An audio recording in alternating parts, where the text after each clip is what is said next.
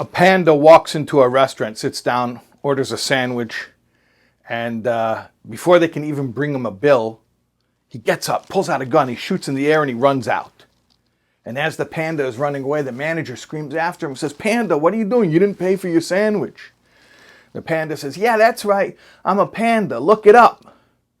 So the manager takes out a dictionary, looks it up, panda, panda. Oh, there's panda. What does it say? Panda, small black and white marsupial from Asia that eats, shoots, and leaves. Okay, let that soak in. Anyways, you're going to see why I told this joke. It's a joke about animals eating. Okay. Within us, we have the human, we have the animal. There's the uniquely human drive for bonding with the oneness, with the all, the everything. And then there's the part of us that is part of the animal kingdom, the drive for self-preservation, which is, every living thing. And we refer to this as two souls. So that desire to be surrendered to the one, we call that the godly soul, the nefesh elokis. And that animalistic desire to preserve the self is called the nefesh bahamis, the animal soul. Now, when it comes to the godly soul, our duty in taking care of the godly soul is to allow it to reach ever higher peaks of spiritual growth and awe and love of Hashem. And then we also have a duty toward the animal soul, which is to tame it, to domesticate it. We don't want to get rid of it, God forbid. It can become an asset, but we have to rechannel its wild impulses. And that means working within our twists of character and our various different shortcomings and trying to refine ourselves so that the animal can become a beast of burden and actually an asset. And we have a duty toward both of these souls. And taking care of these two souls are sort of the staples of our spiritual diet. The question becomes, which takes precedence? Which do we need to address first? Do I deal with my animal soul first and sort out my brute defects of character? And then develop love and awe of God with my godly soul? Or maybe the opposite. The argument could be made. Maybe I need to learn how to meditate on infinity, and then I can conquer my selfishness. So the law is that you have to take care of the animal first. Where do we learn this? From this week's Parsha, Parshas Eikev, it says, "V'nesati eis b'sodach levehemtecha v'yachalta v'savata." I will give you rain for your field for your animals to eat from, and you will eat and be satiated. So first the animals eat, then you, the person, eats. And that's a halacha, that if you own an animal, you have to feed your animal before you feed yourself. But as all things in Torah, it operates on multiple levels. It's also an instruction to us when how to address our different souls.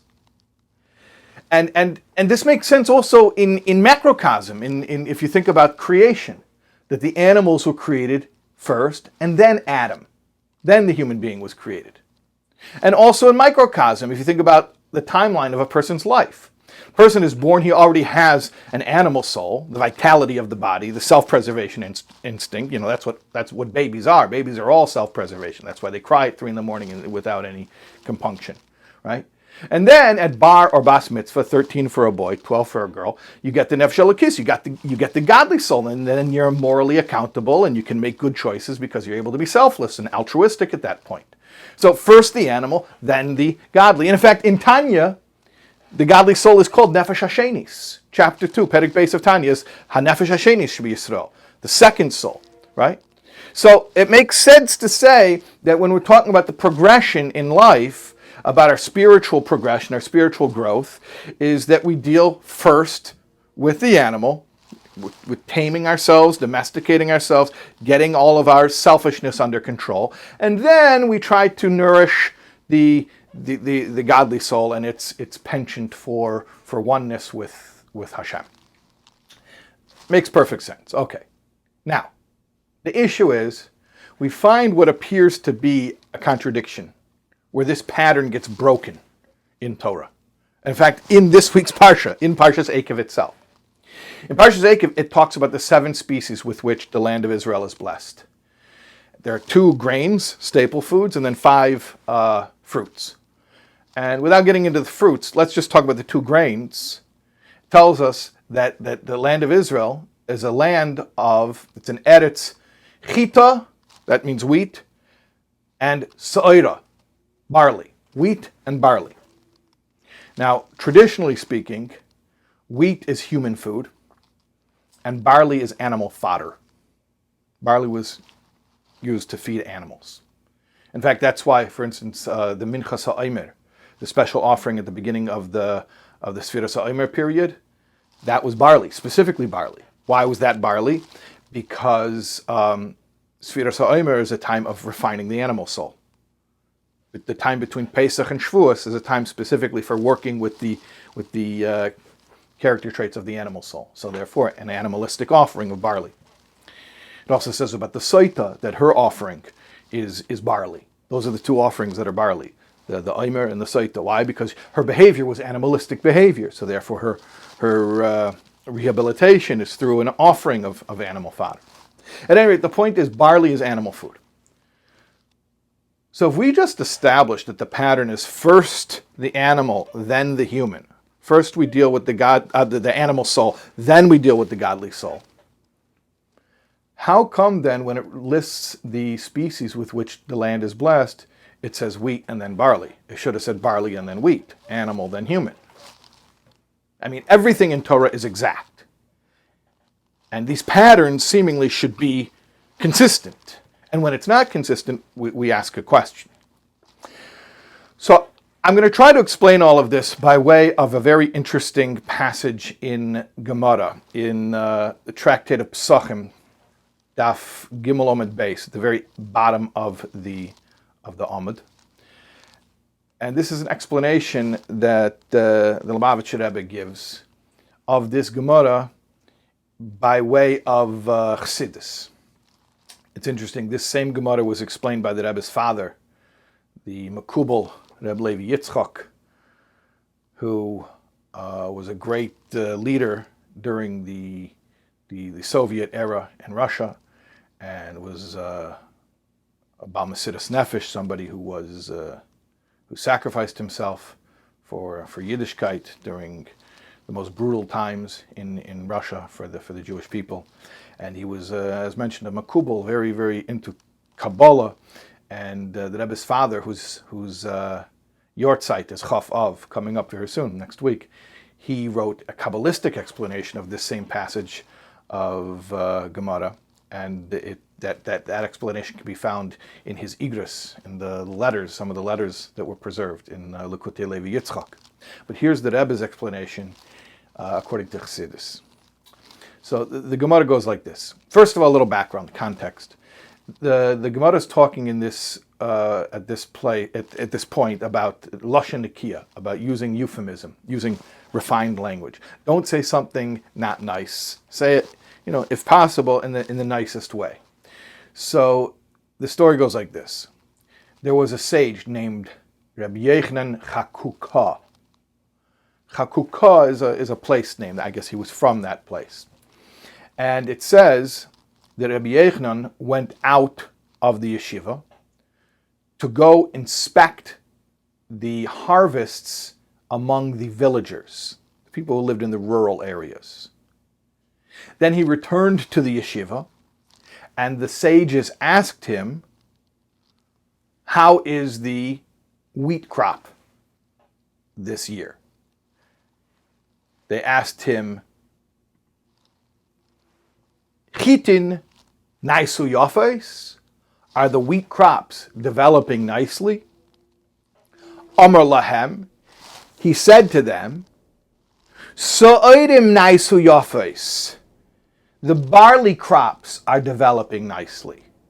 Why did he do that? Simple meaning is, in the context of the discussion of speaking nicely and not saying negative things, apparently the wheat crops weren't doing so well. They asked, are the wheat crops doing nicely? He didn't want to say no, they're not doing nicely, so instead he changed the subject and said, the barley crops are doing nicely. So what happened? Amruleh, they said to him, Tzei ubisro susum ulechamedim. Go and announce that news to the horses and the donkeys.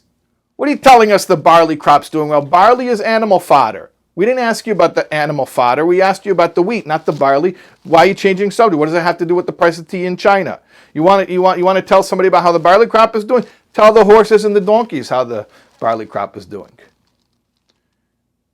And then the Gemara asks, "My havelei meimer." What should he have said if he didn't want to say that the wheat crop isn't good, but apparently saying that the barley crop is good is not germane, wasn't the right answer. So what could he have said? The Gemara says he could have said, "Ishtoked naisuchit in your face." Last year, the wheat crop was good. And then he would have avoided telling them the wheat crop now is not good, but he would have been telling them the truth, and he would have been doing it, in a nice way. Okay, that's the simple reading of that passage in Gemara. But now I want to tell you the Hasidic reading. The Hasidic reading starts like this, and this is very much the Rebbe's father's style, and you see how the Rebbe emulated his father's style. First of all, every detail, even a detail in a Gadata, in the homiletic portions of Talmud, is extremely important. So for instance, somebody's name, the name of a sage, is important. So Rabbi Yechne Chakukah. Chakukah is the word chayk, which means a law, or chakika, which means engraving. So Rabbi Yechne Chakukah means somebody who the law is engraved within him. He's a scholar. And that makes sense, because where does the narrative start? In the yeshiva, right? It started, he's in the yeshiva, and he goes out from the yeshiva. So Rabbi Yechne is a scholar. And he's in the environment of holiness, of Torah. Now he goes out of the holy environment. He goes out, he leaves the ivory tower, so to speak, and he wants to see how the regular people are doing in the villages. That means the guy who's spending all of his time in a holy environment is going to go check on the regular people and see how is their service of Hashem developing. How are the regular people who are in the regular day-to-day life, not the people who are in yeshiva all day, the people who are dealing with regular life, how is their relationship with Hashem?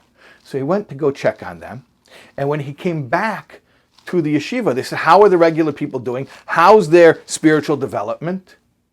So what did he tell them? He said, I've got good news for you. So oiden naisu your face. The barley crop is very good.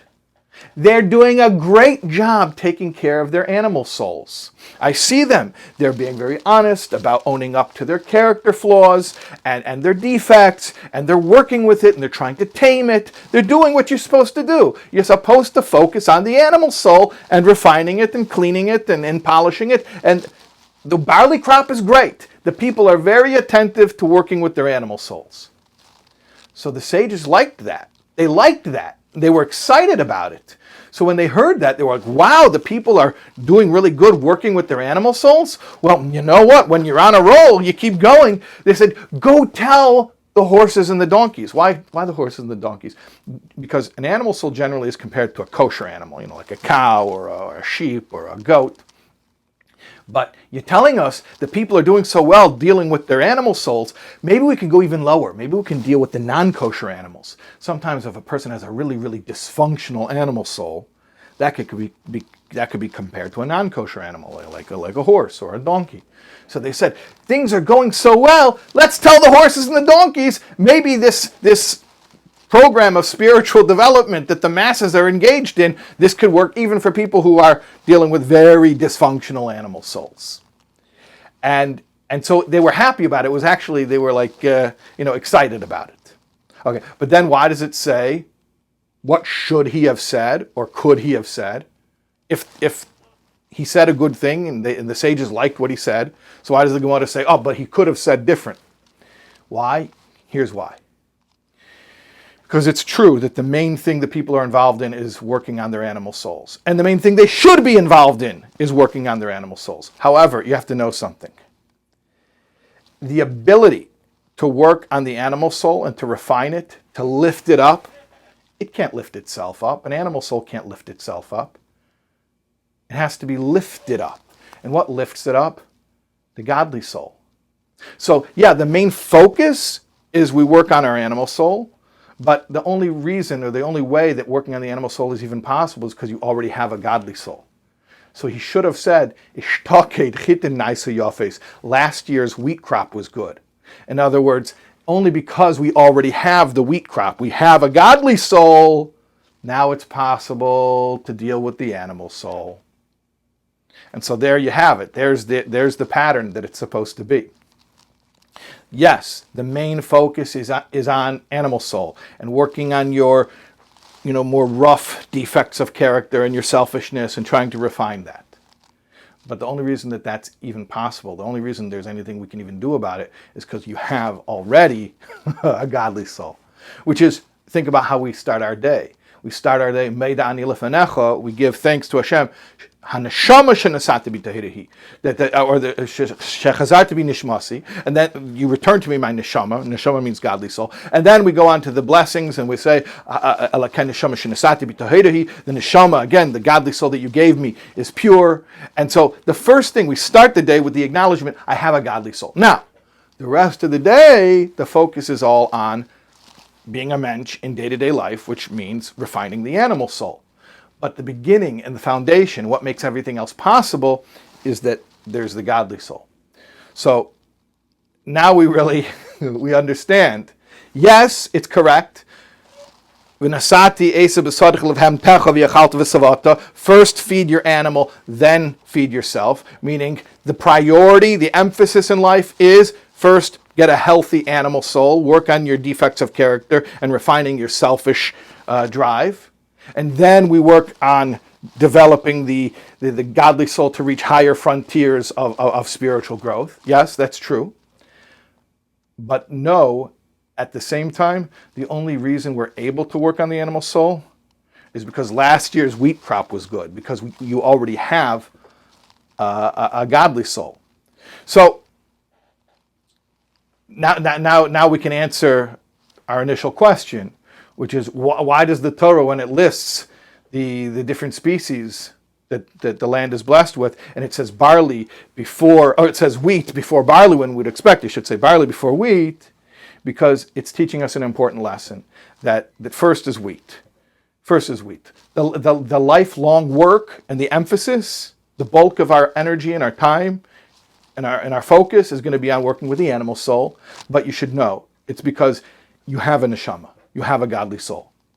So when you wake up in the morning and you say Meida ani and thank Hashem for your godly soul, your transcendent self, realize that that's what gives you the ability then afterward to go into day-to-day life and try to make your animal more of a domesticated animal and to train your selfish side to become a little bit more compassionate and a little bit more loving, a little more tolerant. But it's all because last year's wheat harvest was good. It's because we were already given the godly soul.